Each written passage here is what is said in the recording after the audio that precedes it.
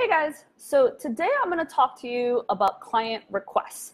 Now, I had a client recently who one of their team members is like, okay, so we're fine-tuning our project manager and everything is great, but how do we do these one-off requests, right? And sometimes one-offs can mean like a lot of requests from a client, and they're like, yeah, clients are, they can be emailing us, and it could be anyone on the team.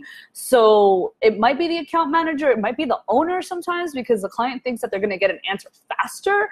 So how do we actually deal with all of these requests? Now, there's a couple of things that you can do from a very tactical standpoint and also from a team standpoint.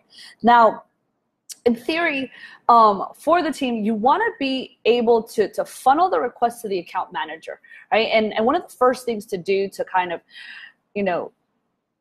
get that behavior, I would say, to modify that behavior is to, one, really put the trust in whoever the account manager is, because sometimes this can happen mid-account or into an account, or maybe someone's been dealing with that person for a long time and then they have to move. So first things first is really get that account manager to have all the trust and credibility.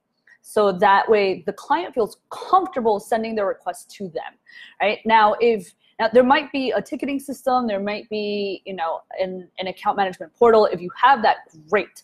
If not, if the actual emails are coming through and you're funneling them, you want to be able to, every single project management system has some sort of link or URL, if you go into it, where you can set it up where you can actually forward your emails onto that project manager.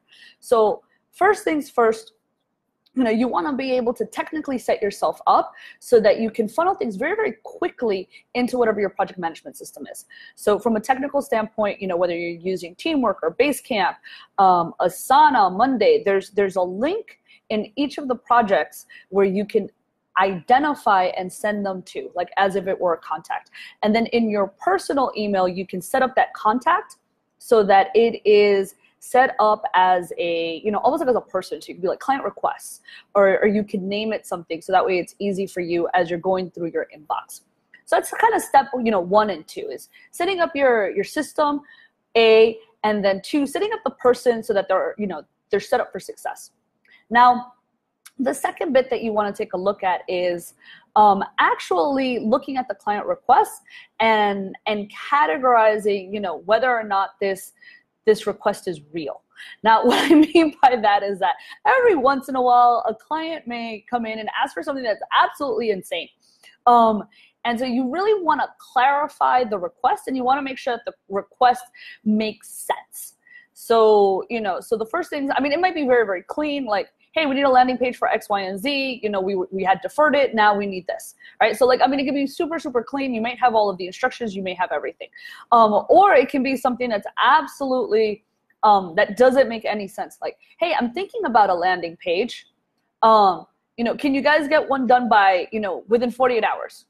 Now, so it's like, what kind of landing page? Do you have the materials? Do you have the copy? So we want to be able to really clarify what that request is. So first things first is being able to, 1, go back and ask the client, like, hey, can you clarify this? Then, once you get an actual response and you're able to put it into the project management system, you want to forward it. Now you're in your PM, and so there's a place inside of your project management system, just for client requests. That way the production team can then take a look at them and then start categorizing them. Right? Because you want to go between your account management and your project management. Now, they may be one and the same, but having the system will allow you to scale these 2 areas of your business. Right? Now, you're in your project management and you have you have requests. Now, it could be maybe 1 off per week. It could be 20 off per week. It could be 200 off per week, depending on what your volume looks like. Now, inside of that, you can then start to categorize and prioritize the requests depending on what the deadlines are, depending on how much work is required, and all of that. So then the second thing would be being able to actually categorize those requests. Now, if the request is clear, great.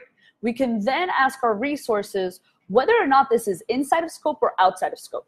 Because that's the thing that ends up tripping up a lot of people, and they end up losing money, and their profitability per client, because they keep getting all these requests, and sometimes it's from one particular client or account or team, and you're doing all of this work, and all of a sudden you're bleeding money and you have no idea why. And the reason is all of these one-offs, and no one cross-referenced whether or not they were inside of scope, right? Even if you're on a retainer, you want to make sure that that request is inside of the retainer scope. Because if it's out of scope, then you have to go back and either, decide. Someone then has to make a decision. Okay, are we going to take this on because we want to delight the client? This is a long-term client. They never do this. Oh my God, this is an opportunity for us to actually delight the client. Or is this an opportunity to create a change order and, grow the account potentially, depending on how big this is, right? Or do we have to go back to the client and have a conversation about, this being outside of scope and getting more money for it, right? So that's a piece that is always really missing, right? So first is the categorization, prioritization, and then checking out and selecting whether it's inside or outside of scope, right? Now, if it's inside of scope and the team knows what to do, boom, you can then go from that place in your project manager, which is for client requests, and then deploy it into the client's account, for the production team to go ahead and execute. And if it's outside of scope, we may or may not have to ask, for a quote and really take a look at what is the criteria, what is needed.